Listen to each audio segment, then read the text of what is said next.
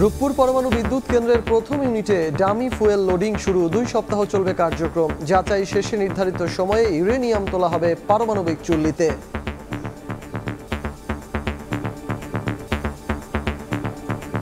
এই রিঅ্যাক্টর যদি পুরোদমে চলে তখন সেই তাপে চাপে কি ধরনের বিহেভ করে সেগুলো দেখা। আরও 3টা ধাপ শেষ করলেই আমরা বাণিজ্যিক উৎপাদনে যেতে পারবো।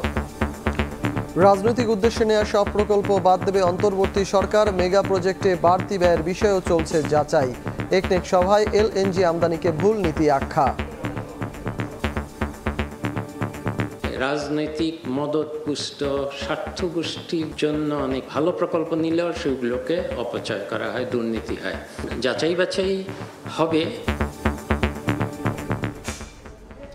দেখছিলেন প্রধান শিরোনাম। সন্ধ্যার সময় সঙ্গে আছি আমি সজল মিত্র রিচার্ড। এবার অন্যান্য শীর্ষ সংবাদ। খুলে পড়ল মেট্রো রেলের ভায়াডাক্টের বিয়ারিং প্যাড। আগারগাঁও থেকে মতিঝিল অংশে চলাচল বন্ধ। দিনভর যাত্রীদের চরম ভোগান্তি। মেরামতে কাজ করছে কারিগরি টিম।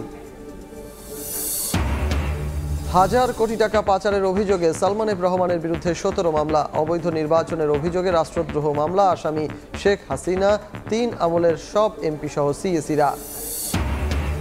গণহত্যার সহযোগী সাংবাদিক সংস্কৃতি কর্মী হলেও রেহাই মিলবে না। হুঁশিয়ারি তথ্য উপদেষ্টার। কর্মস্থলে না ফেরা পুলিশ সদস্যরা আর সুযোগ পাবেন না, জানালেন স্বরাষ্ট্র উপদেষ্টা।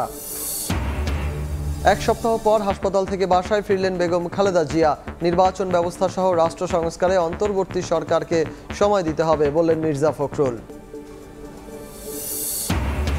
এবং চেন্নাইয়ে কাল শুরু বাংলাদেশ ভারত টেস্ট সিরিজ। অনুশীলনে যোগ দিয়েছেন সাকিব।